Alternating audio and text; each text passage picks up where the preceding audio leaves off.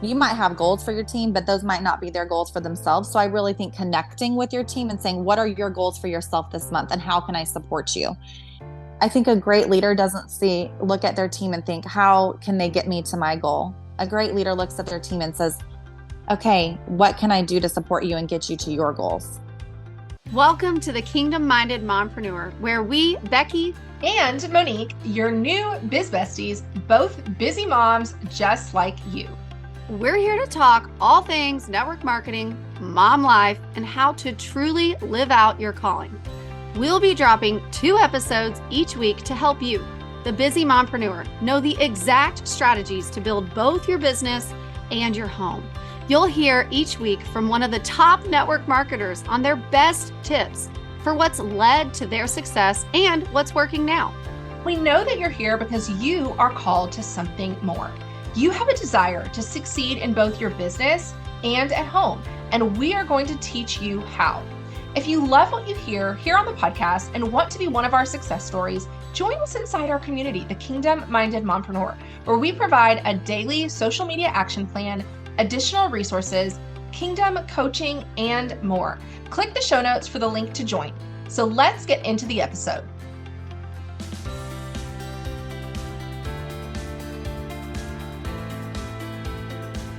Hello, friends, and welcome back to the Kingdom Minded Mompreneur podcast. We are so excited today because Monique and I are sitting down with a top leader in the industry, Jen Beeson with Hugh Grace, and you guys are going to absolutely adore her. She has just such a beautiful heart.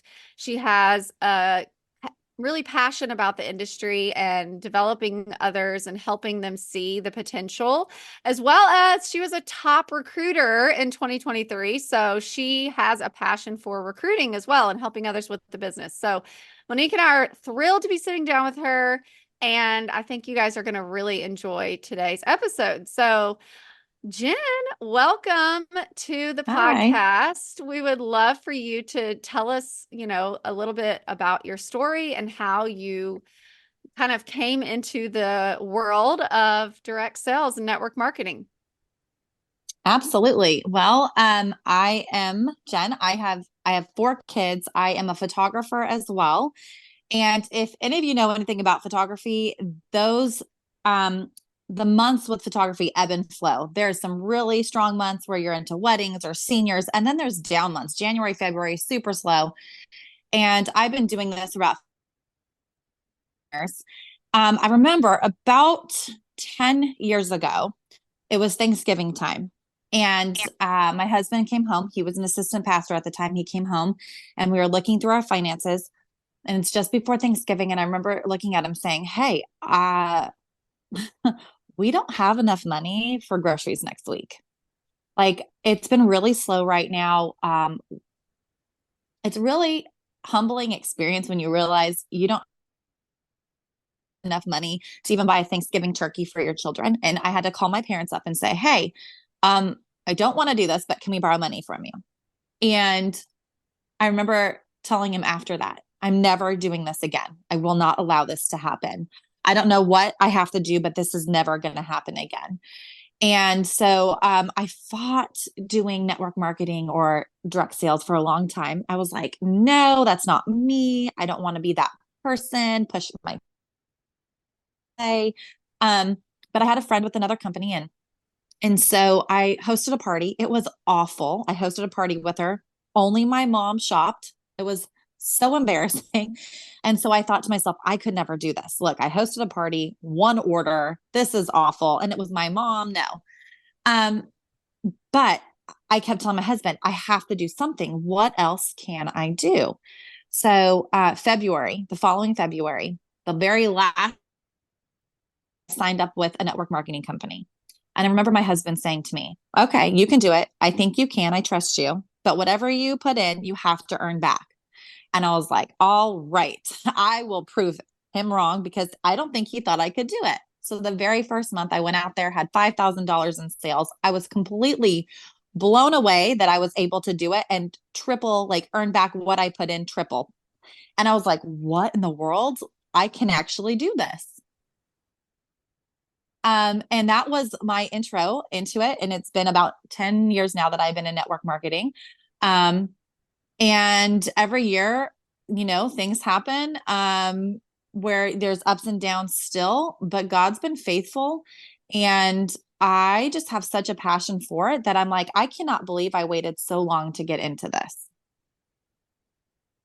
That is such an incredible story. I did not know that about you, and I did not know that about your story. So, it just reminds me people ask a lot, like, what is the thing that motivates people? How do I get my team to work? And I always go back to this phrase, which is you have to be hungry, or they have to be hungry.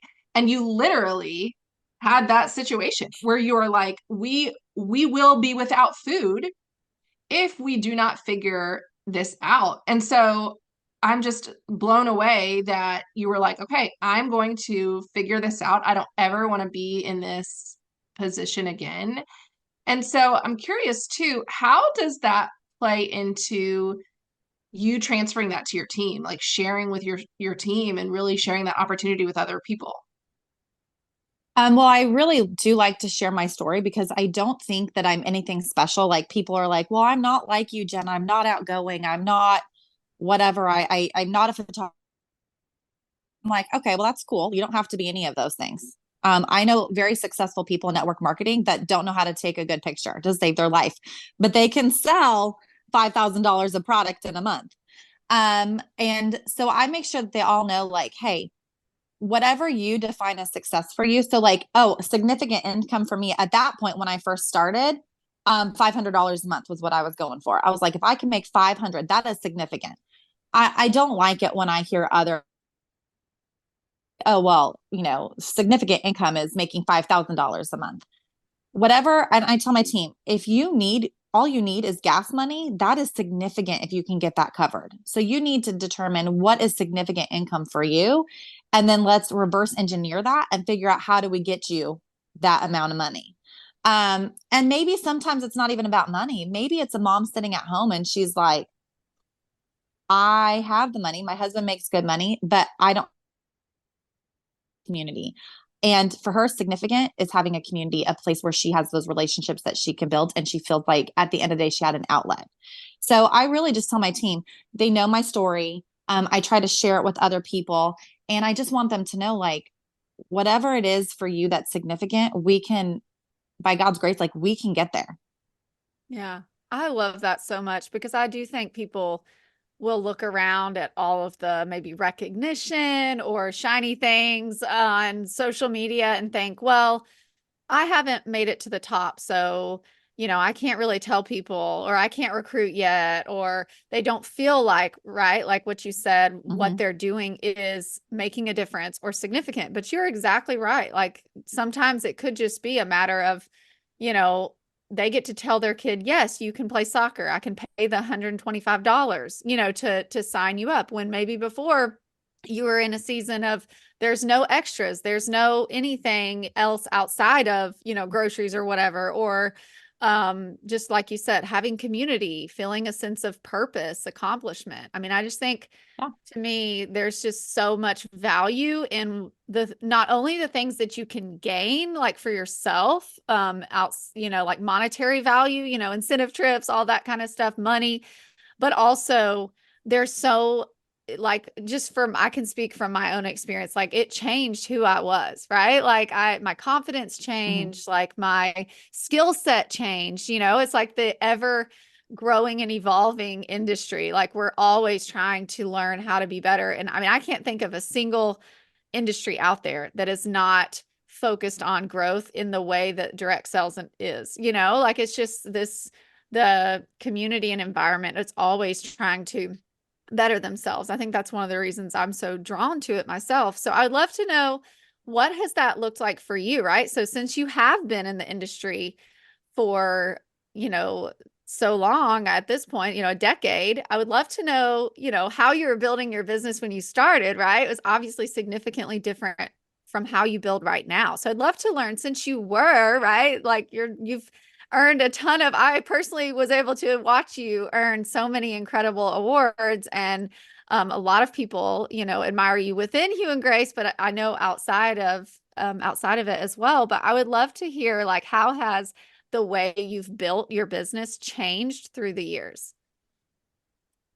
Oh man. I would definitely say when I first jumped in, I had no clue what I was doing. And I would always felt pressured that I had to have all the answers. I had to know everything. I had to be perfect. I would say the biggest thing I learned over the last 10 years is like, I don't have to be perfect. I don't have to have it all together. I don't have to know it all to share what I have learned. And confidence comes with, I tell everybody, like when you first start, you're going to feel like I have no confidence. I don't know what I'm doing. Now I can talk about network marketing. I can say why I love it. And I can share.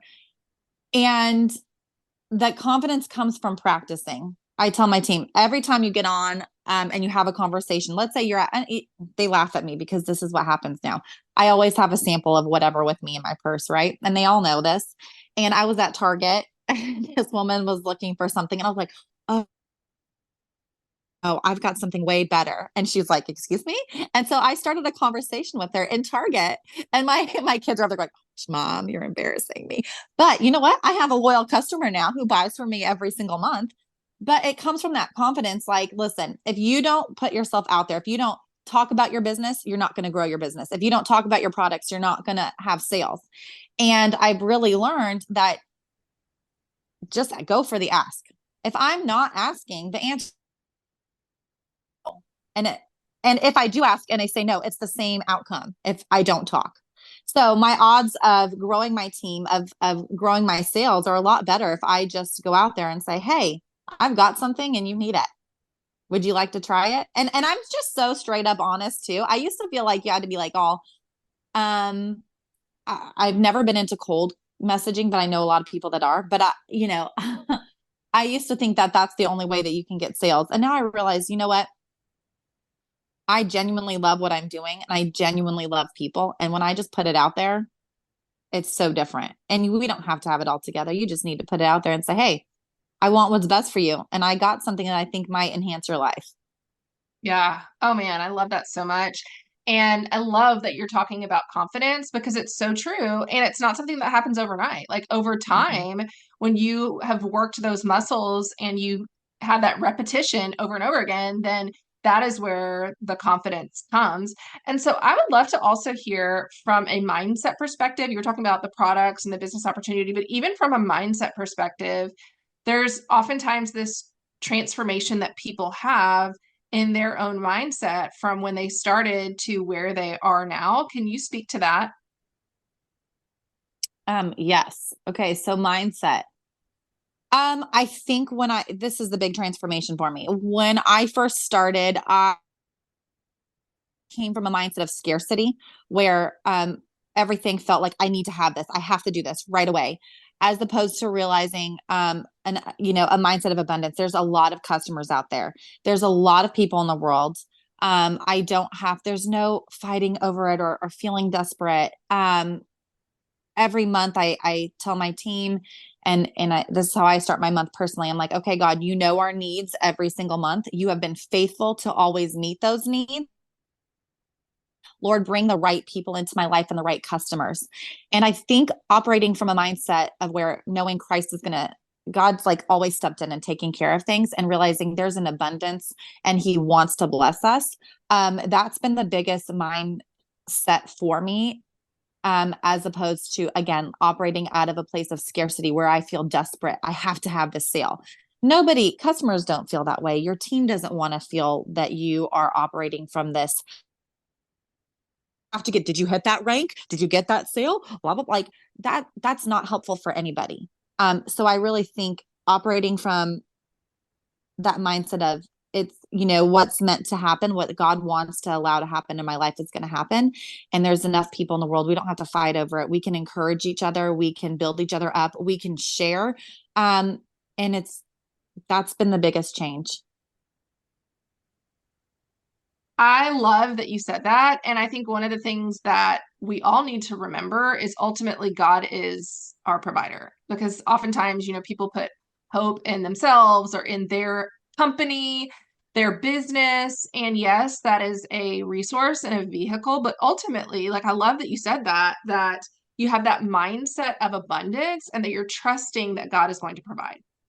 Yeah, I totally agree. I mean, I feel like, it can be hard in general building in direct sales and network marketing, and just for a plethora of reasons we don't have to get into, but I just think that recognizing that God puts us on a path that we are always exactly where we're supposed to be at the exact time, right? Like if we Mm-hmm. stay faithful and trust in his plans for us, even though sometimes it's very hard, walking through trials and daily struggles or just seasons of our business and life. But, he has what's best for us in mind. And it's as hard as it is, right? Like we just have to stay focused. Absolutely. And I love that you operate that way. I really do. I mean, obviously, you have such a passion for helping other women, but in the beginning before we hit record and I was like, we were talking about your bio, you said, I am just willing to do what it takes to be home with my kids. And I loved that. I mean, I think that is like a superpower because instead of saying like, well, we don't have money for this or we can't do that, or saying like I want to stay home, so we're just going to make all these sacrifices, which there's nothing wrong with, right? We're still making sacrifices by being home. I just would love for you to speak about how are you balancing that hat of being a stay-at-home mom, but also gotta love my dog barking in the background, being a stay-at-home mom but building a team inside of this industry. Okay. So obviously work-life balance is something that everybody always struggles with. I feel like I hear it all the time. Jen, how do you do this? What do you do?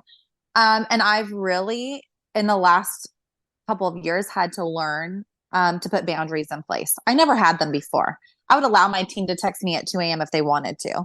And it would drive my husband crazy. Or I'd be at, a game and I'd be working or whatever, watching my kids. And I've really had to learn, okay, there is a time for family. There's a time for work. My husband doesn't come home well, for the most part, does not come home and work from home, right? He leaves it at work. I need to be doing the same thing. And so one of the things I've really tried to do is put in a schedule, and I'll tell my team, hey, I am not going to be available from this time to this time. I put my phone on silent when I go to bed. Nobody can bother me. And it turns on back after I drop my kids off at school, and then they can reach me. I just have hours that I refuse to work now. And I want to be fully present with my kids while I'm doing things. And I still struggle with that. And, obviously a lot of us are like, okay, the end of the month happens. Yesterday was the end of the month. And I'm like, I'm end of the month. I really try to not have anything scheduled so I can be right there and be with my team. And my whole family knows that too. The last day of the month is for them. Um, and so I think really just putting boundaries in place, saying, these are my office hours, setting up office hours. Okay, I never say this right, but I can't say it, Calendly. I always screw that up. Using that too to set up calls with my team and saying, hey, and being able to set up my own availability on there has been really helpful. And then just setting the expectations for my team and for my family. Hey, yeah, I am going to be working right now. Yes, you guys are going to be home from school, work on your schoolwork. I'm going to be working from 3:45 to 5. And then after that, I'll be able to help you. Knowing, having expectations for my family and my team also helps, because then nobody feels disappointed and I don't feel like I'm letting them down because I already told them what was going to be happening. I love that so much. And I love too that you mentioned that resource as well. I'm curious too, like for the person who is trying to step into leadership or feeling like they're juggling all the things, right? Like you said, you have these boundaries in place. What else have you either created or have you found that has really helped support your team to, I wouldn't want to say hands off, right? Because that doesn't exist in this industry, but I'm saying like that has given you the confidence to put these boundaries in place. Is there any kind of system that you developed to support your team or anything specific that you feel like, especially for those people that are your performers or the people that are maybe brand new, like, do you have something in place to support that growth and just feel like you can set those boundaries? Um, Well, right now I'm actually working on a new op- app type thing. It's not really an app, but it's I can't think of what it's called. Of course I say this and it goes completely out of my mind. But it's a great resource that's not attached to social media so that, if it answers so many questions of theirs, like basically an FAQ for anything that could go wrong. Plus we've got graphics. So we've got everything that we need in one location that's not attached to social media in case something happens. Um, so that they can go on there. And if they can't, and I tell them, if you can't find the answer here, write into our team chat. If somebody else can't answer, like I put this, like, okay, go here, find this first. If you can't find it, then ask in the chat. If nobody in the chat has the answer, then come to me. Um, I don't, it's also about being self-sufficient. And that's something that I used to not be very good at. I would always be like, oh, where's this at? Blah, blah, blah, instead of going to look for myself. And you're not really helping them by doing it. It's same with our children when we're teaching them, hey, I want you to learn to make your bed every day. But if I'm going in and making it for them, they're not going to get better at it. So I think just putting that in place, saying, okay, here's this resource that we have now that I'm working on. And right now it's on Facebook, but I'm like transferring it all over to this. So like, here you go. And then if you can't find it here, then do this. And then just putting steps into place. And they're like, oh, okay, I can do that. And they're gaining confidence. They're learning more. They're reading through things and they're realizing I can do this.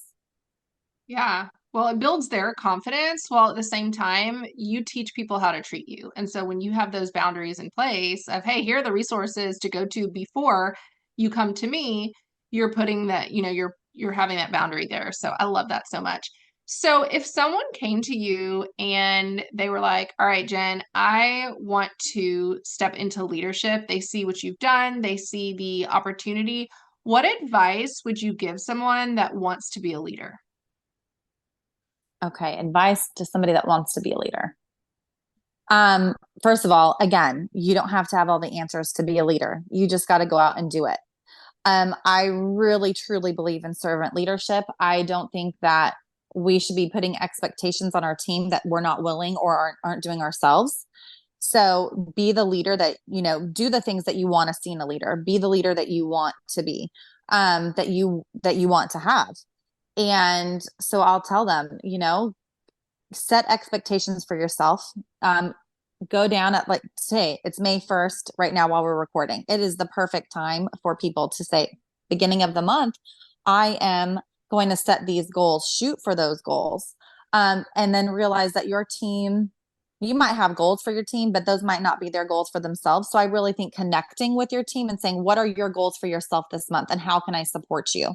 It's not about, I think a great leader doesn't look at their team and think, how can they get me to my goal? A great leader looks at their team and says, okay, what can I do to support you and get you to your goals?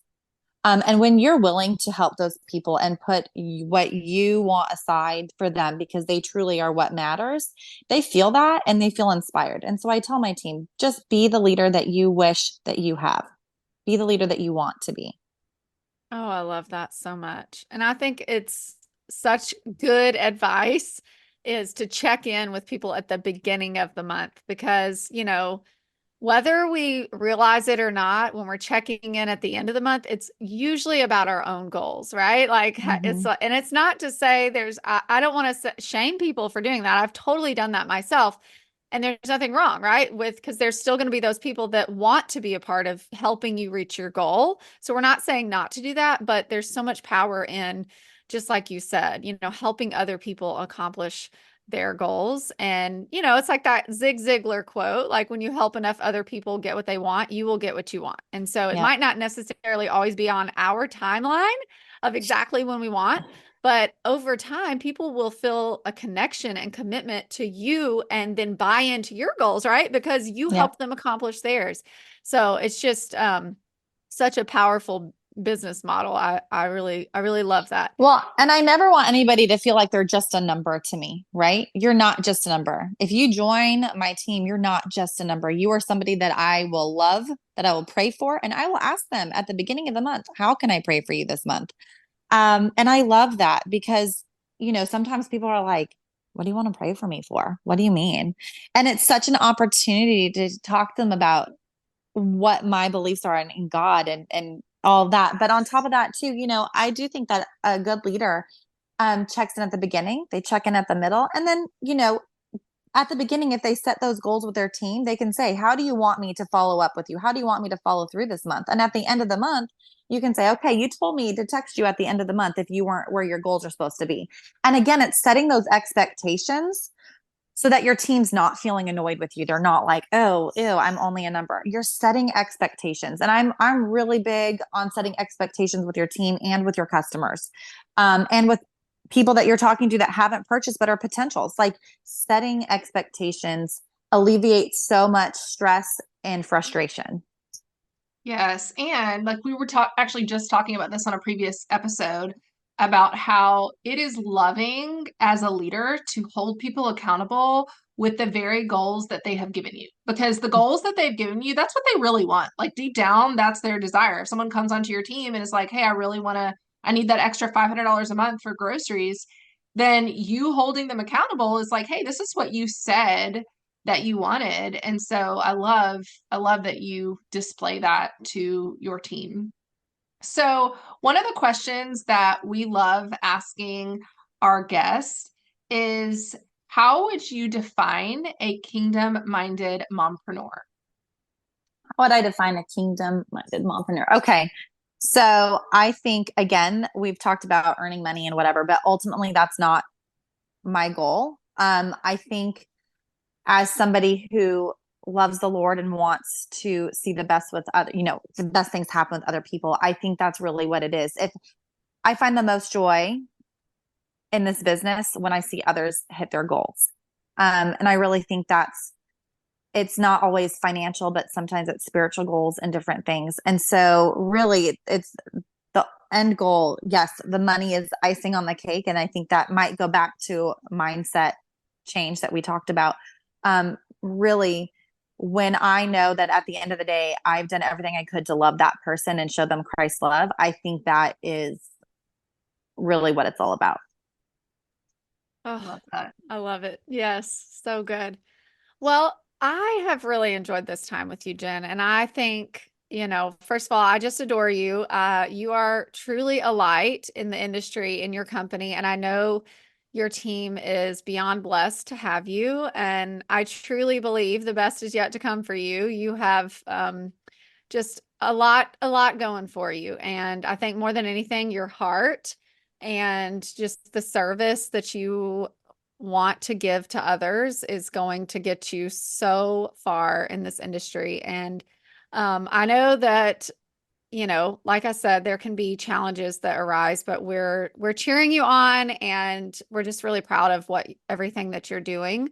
So in case there's anyone listening to this that is like, I love her, I adore her, I want to get connected, or just watch from a distance to kind of see how Jen is building and how she shows up on social media, how can people get connected with you? Okay. So my favorite place to post and talk all the time is Instagram.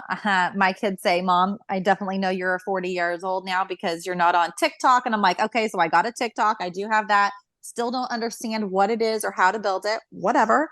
But Instagram's my favorite place. I'm counterculture mama. And then reach out to me there. And then if you want to check out my photography, it's just jenniferbeeson.com. And I have all the ways to get a hold of me on there too. Awesome. Well, we will include all the links in the show notes. And thank you again, Jen, for hanging out with us. We are so grateful to you for sharing your time with us. And we look forward to watching you continue to grow.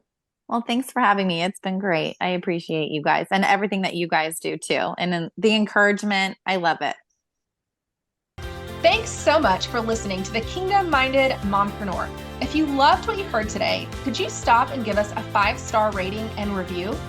It helps our visibility on podcasting platforms so others like you can hear more of this message. Also, if this episode encouraged you, we would love for you to pass it along to your own biz bestie and anyone else who could benefit. Lastly, don't forget that if you want to hang out with us just a little bit more, join us inside the Kingdom Minded Mompreneur community. Click the link in the show notes. Bye for now.